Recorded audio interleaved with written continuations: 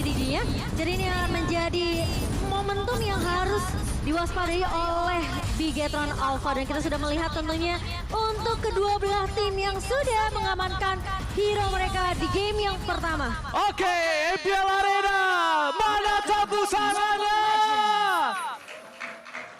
Sebuah match yang sentimen untuk kedua belah tim. Yang satu ingin memecahkan win rate match-nya, yang satu ingin memecahkan lose streak mereka. Ini sama-sama penting ya. Sama sentimen dan bahkan kita bisa lihat sendiri gimana para pemain dari kedua belah tim ngedraft dengan sangat baik dan jujur ya komposisinya nggak terlalu timpang.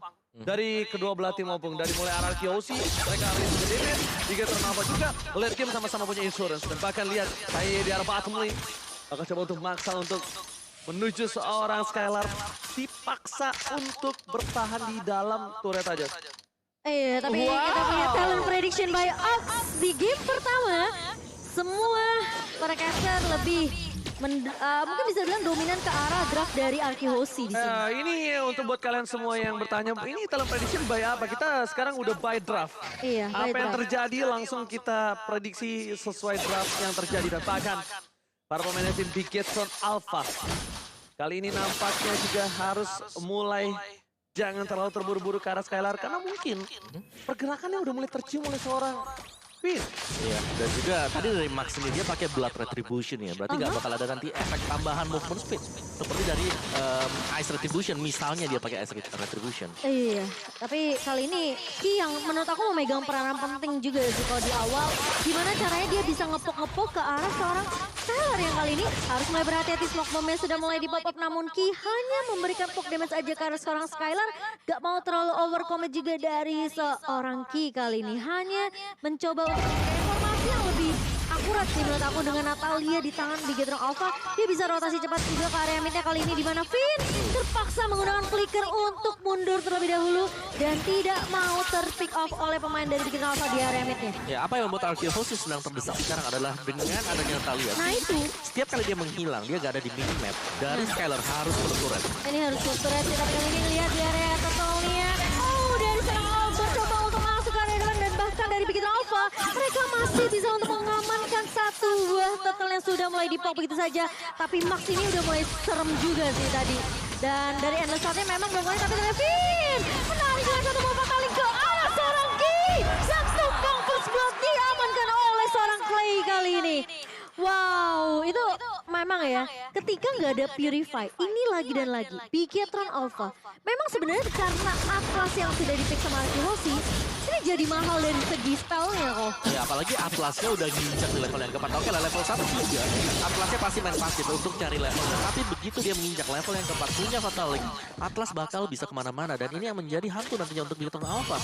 Kalau memang mereka gak bisa melihat positioning dari Finn, mereka bisa dikejutkan dengan Fatal Link. Iya, itu dia menjadi PR utama ya dari Bigetron Alpha. Mereka harus peka lah sama setidaknya rotasi dari seorang Finn ini. Karena posisinya, menurut aku juga Arkihosi mereka sama-sama peka dengan keberadaan seorang Finn ini yang tidak terlihat di map. Ya, dan juga dari emblem Bigetron Alpha sekarang full penetration.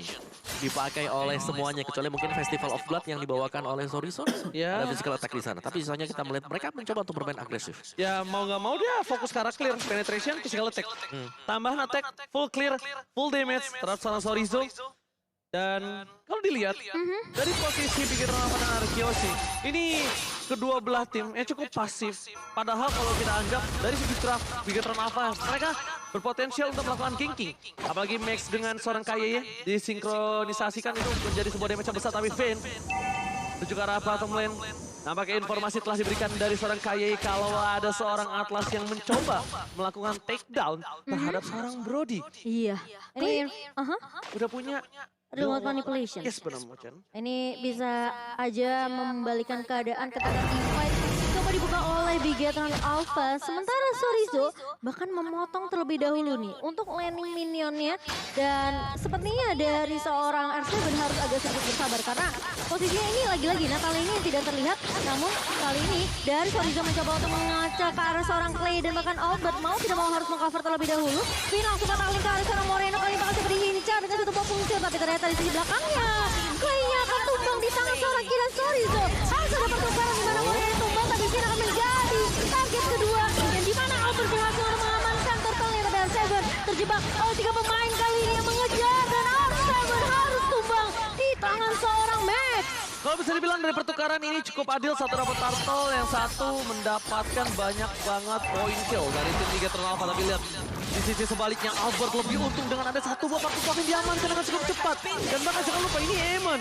Eamon butuh banget pump itu pengwawa. Dan apakah di arah bottom lane akan menjadi pilihan utama tim fight dari tim RRQ lagi karena Bigetron Alpha.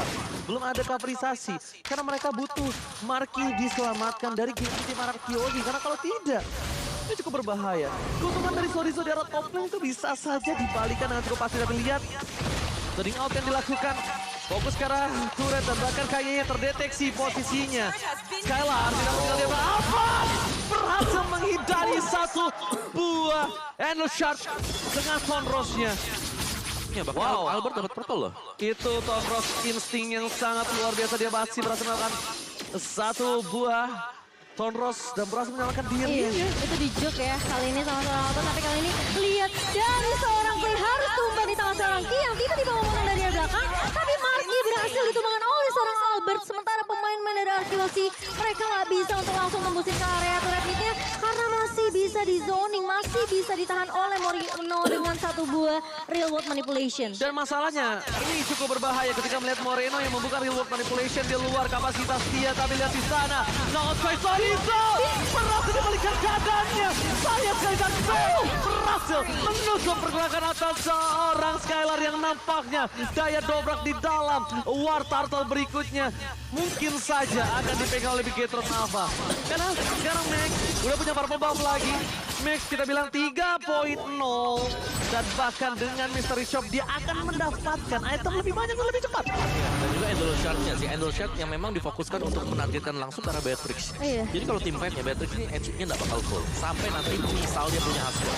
Iya. Baru dia ready banget untuk tim fight. Baru ya, nunggu harus agak sedikit sabar dikit ya sampai Haskell yang jadi.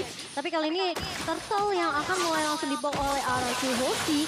Bigetron Alpha udah mencoba untuk mencari timing yang terlebih tepat, tapi Skylar masih bisa untuk mengamankan Turtle-nya yang ketiga untuk RRQ Hoshi. Halo Bert. Bert. Itu nggak tahu sengaja atau retrinya ya. Yang agak kecepatan tapi lihat KYY. Oh my god, tidak berhasil menutup jalan dan bahkan Max menyelesaikan tugasnya dengan baik. Masih mau ada extra team fight yang akan dilakukan Bigetron Alpha. KYY hampir saja ada kerugian tapi ternyata Max berhasil menutup kesalahan yang dibuat Bigetron Alpha. Padahal kalau tadi KYY tertumbang aja dan tidak ada Bartat itu rugi banget. Ini soalnya Skylar udah tumbang 2 kali. Ya Skylar bertumbang 2 dan itu bagus banget. Sorizo dapat menyelamatkan dirinya sendiri. Dash ke arah belakang dan cutting dari Sorizo. Kalau bisa gue lihat Sorizo gameplaynya berubah loh, Pung. Dia yang biasa laning push aja, dia tadi udah mulai gunting-gunting. Iya, dia udah mulai potong-potong ya. Udah mulai gunting-gunting dia di Udah sini. mulai potong-potong dan itu justru yang mungkin cukup dikejutkan ya untuk RQC karena dia nggak nyangka ternyata datangnya itu dari arah blind spot yang tidak diduga oleh RQC. Ya. Sementara untuk itemnya nih kok. Dari Max dengan Shadow Twin Blade ya, jadi bukan mungkin untuk second itemnya ke arah dari Feather of Heaven.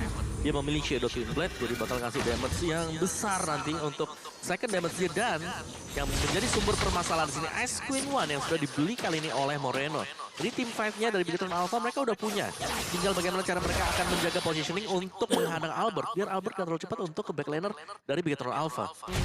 Sekarang yang aku lihat sih KYY menjadi salah satu winning condition di Bigetron Alpha. Kenapa? Karena dia dengan Max ini sangat-sangat sebuah hero yang sinkronisasi kalau align. Kalau mereka jadi satu tujuan, satu target ini bisa menumbangkan siapapun. Tapi KYY dengan informasi dan lihat langsung terpaut jauh. Sorizo di belakang terlalu dalam.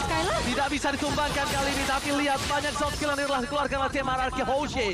2 ultimate telah keluar. Apakah Bigetron yang berani memancing keributan di arah Lord terlebih dahulu? Atau bahkan mereka harus menunggu semuanya netral kembali. Mereka menunggu semuanya tidak ada team fight. Dan laning phase akan coba didorong. Dari komposisi turret, mereka kehilangan satu buah turret dari Bigetron Alpha. Iya, dan posisi dari Skylar ini yang cukup berbahaya karena dia diincar tentunya oleh 2 pemain dari Bigetron. Tapi R7 akan tumbang di tangan seorang Max dengan endless shot-nya. Sementara Kiyoshi mereka harus mendapatkan pertukaran. Tapi kali ini lihat dari seorang Kinya. Maka coba ditahan, Clay bakal coba dikejar. Skylar berhasil untuk menumbangkan Ki dan bahkan fataling dari seorang Finn. Memberikan pergerakan ke arah seorang Marky yang harus di stop. Dan setidaknya dari RRQ Hoshi mereka harus mundur karena Lordnya ini berhasil diambil oleh Bigetron Alpha. Yes, itu masalah sangat sangat no. pintar, sangat Sarizo. Pemilihan boost yang cukup baik dan tepat menimbulkan satu buah harta karun yang mahal. Lihat, pin ditumbangkan, Lord didapatkan, Bigetron owning 1000 gold dan bahkan tetap akan terus bertambah selama Lord masih di tangan mereka. Apakah mereka mampu melakukan laning base dan bakal kalau bisa inner turret yang dimiliki dari arah Kyoshi mereka harus grogoti. Ya, mau gak mau juga sih dari Aruki Hoshi mereka udah hilang dari Lordnya. Objektifnya sekarang bakal diambil oleh Bigetron Alpha dan untuk tim fight-nya. Ini Aruki Hoshi mereka nggak bisa sendiri-sendiri lagi. Ada Ki, ada burst damage dari Endless Shot, punya Amon. Oh, tapi R7 akan tumbang lagi di tangan 4-3 pemain di area bawahnya. Dan Lord yang harus ditahan oleh Arkyoshi di area atas ini kok. Oh my god, ini bukan hal yang baik ketika Albert bakal di zoning out dari segi purple buff-nya. Dia cukup membutuhkan purple buff itu. Lihat Skylar, benar abatinya miss. Kali ini belum masih melakukan siapapun. Tapi lihat tertanda seru di atas pala dari seorang Albert. Membuat seorang Albert agak sedikit kesar-kesir. Dan lihat para pemain tim Bigetron Alpha. Satu buah Lord yang berhasil mereka curi. Langsung mendapatkan 3000 gold difference yang nampaknya mungkin ini akan membuat side laner Arkyoshi ketar-ketir. Kenapa? Karena ini keuntungan untuk Max yang cukup jauh 5 poin jauh tanpa terpick off. Iya. Jadi dari segi item unggul jauh di atas Skylar. Ya aku bisa bilang Bigetron Alpha di sini mereka main burst damage. Lihat, itemnya Shadow Twin Blood, ada Holy Crystal, Winter juga udah selesai loh sekarang dan ini Divine Glaive bisa jadi adalah item terakhir untuk Max. Ya makanya ini yang harus diperhatikan sama seorang Skylar. Dia juga mungkin agak sedikit dilema apa yang harus dia buat. Mungkin kalau menurut aku dia butuh Athena dan juga dia butuh satu buah WON untuk posisi seperti ini ya. Defensif dulu ya. Dia butuh Athena untuk burst damage, dia butuh dari Moreno, tapi dia juga butuh defense terhadap physical damage atas Brody. Dan Arkyoshi ini masih memiliki kesempatan untuk melakukan sedikit counter attack. Karena winning condition mereka adalah Atlas. Iya, benar. Mereka harus menunggu momentum yang pas banget dan di follow up sih dari Arkyoshi sendiri. Jangan sampai dengan Fataling yang udah dapetin momentum untuk Arkyoshi, ini nggak ada follow up damage-nya. Bigetron Alpha, kita tahu mereka punya Talia, mereka punya Amon juga yang bisa ngilangkan. Makanya ini pergerakan dari Bigetron Alpha yang menurut aku mereka sneaky banget. Mereka bisa datang dari area blind spot, mereka bisa nabrak dari area belakang, dipotong begitu saja oleh Bigetron Alpha. Ya, tapi jangan lupakan juga bahwa hero yang dipilih oleh Bigetron Alpha itu yang bisa memberikan burst damage. Iya. Dari Natalia, dari Amon, dari Pakito ini bisa nge-burst banget dan harusnya mereka udah mau gak mau, mereka harus bisa combo 5 sekarang. Kalau masih ke pick off 1 demi 1, ini keunggulannya jauh nantinya untuk Bigetron Alpha karena mereka ngegulungnya dari sana tadi. Mereka dapetin momentum, mereka dapetin peluang dari pick off. Satu tumbang, langsung ada objektif lain yang bisa didapatkan oleh Bigetron Alpha. Iya, tapi ini Lord yang kedua yang akan menjadi Lord cukup mahal. Kalau Arkyoshi mereka nggak bisa dapetin Lord ini, mereka nggak akan bisa buying time lebih lama lagi untuk ngereset, untuk dapetin momentum dari seorang Finn. Tapi kalau mereka bisa bait dan manfaati dengan Fataling yang bagus dari seorang Finn, ini mungkin akan menjadi sedikit cerita yang berbeda untuk Arkyoshi. Tapi kalau Bigetron Alpha, Almos, itu anginnya doang kedengaran tapi lihat Marky di depan sana bakal coba ditangkap dan bahkan diberhentikan pergerakannya Fatalin apakah hilang dengan cepat tapi Winter terdeteksi. No, ternyata Winter gak safety. Moreno menjadi pilihan utama, sudah ada cover, kayaknya yang terperangkap katakan Fatila looking for wipeout. Ini bencana. Triple kill didapatkan dan bahkan Bigetron Alpha mereka terkena wipe out. Mencoba untuk fokus menuju ke arah base-nya. One strike boost Israel kah? Arkyoshi fokus ke arah base turret. Mencoba ditahan dari segi damage R7 dan di tempat. Tukar ke Somai ke Jemuris Ghost. Oh my god. One strike boost Israel. Arkyoshi. Oh my god. ini yang udah kita bahas ya. Satu momentum dimanfaatkan, dimaksimalkan oleh Arkyoshi dengan Fataling dan follow up G. Gak masalahnya, Marky itu udah bagus banget. Marky udah Winter.